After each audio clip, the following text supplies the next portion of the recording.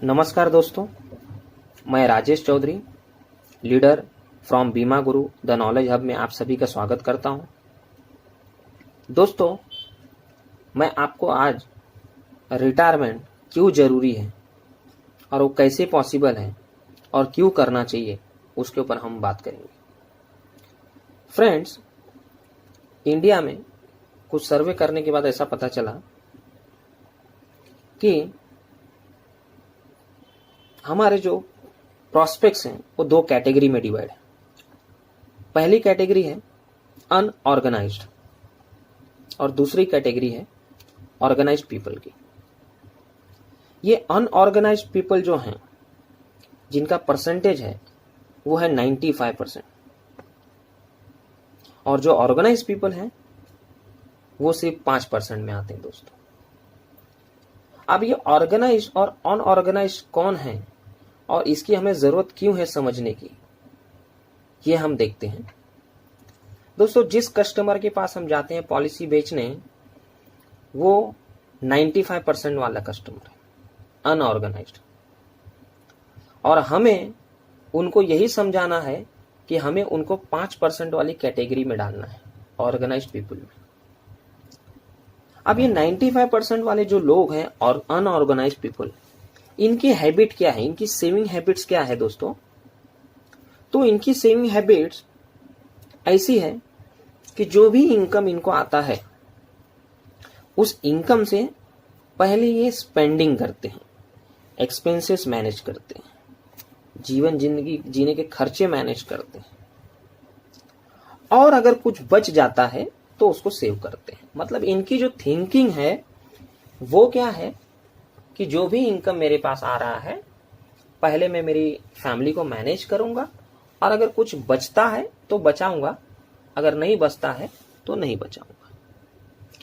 और ऐसे ही सोच के कारण दोस्तों, ये जो अनऑर्गेनाइज्ड पीपल हैं, 95% लोग हैं, वो अनऑर्गेनाइज्ड ही रह के बनकर रह जाते हैं। क्योंकि आदमी कितना भी कमाए और खर्च करें, वो सेविंग नहीं कर पाता। आज अगर मेरी सैलरी 10,000 रुपए है, मैं 10,000 में अपने स्टैंडर्ड ऑफ लिविंग को मैनेज करूंगा। लेकिन मेरी सैलरी अगर 50,000 हो जाती है तो भी मेरा माइंडसेट संतुष्ट नहीं होगा, क्योंकि उस समय मैं 50,000 के हिसाब से खर्चा करूंगा। लेकिन ये जो 5% के लोग हैं दोस्तों, ऑर्गेनाइज्ड पीपल, इनकी थिंकिंग क्या होती है, इनकी सोच क्या होती है?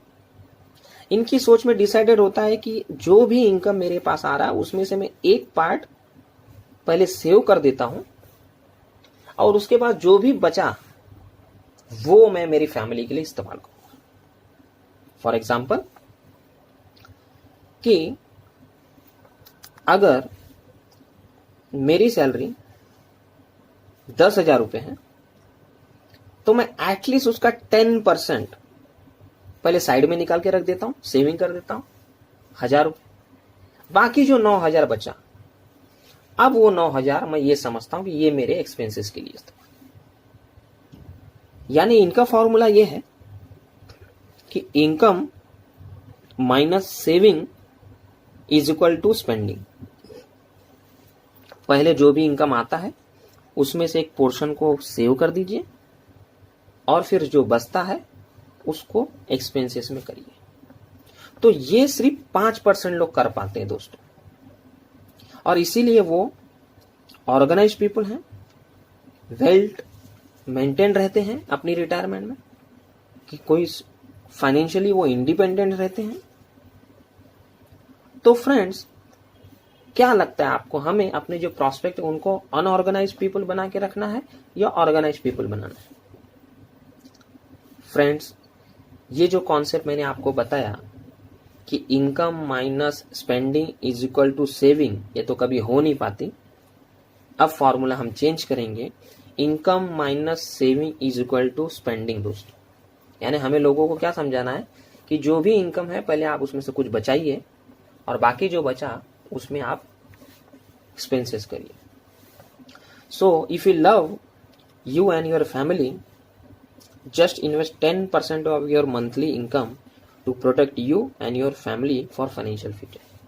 हमें लोगों के दिमाग में एक ही फैक्ट डालना है कि एटलीस्ट आपके इनकम का 10% आप सेविंग कर दीजिए, बाकी 90% आप आपके हिसाब से जो आपको लगे एक्सपेंसेस वो करिए, क्योंकि यही 10% जब आप डिपेंडेंट हो जाएंगे फाइनेंशियली किसी के ऊपर, यही 10% आपको फाइनेंशियली इंडिपेंडेंट बना सकता है आपकी रिटायरमेंट लाइफ में।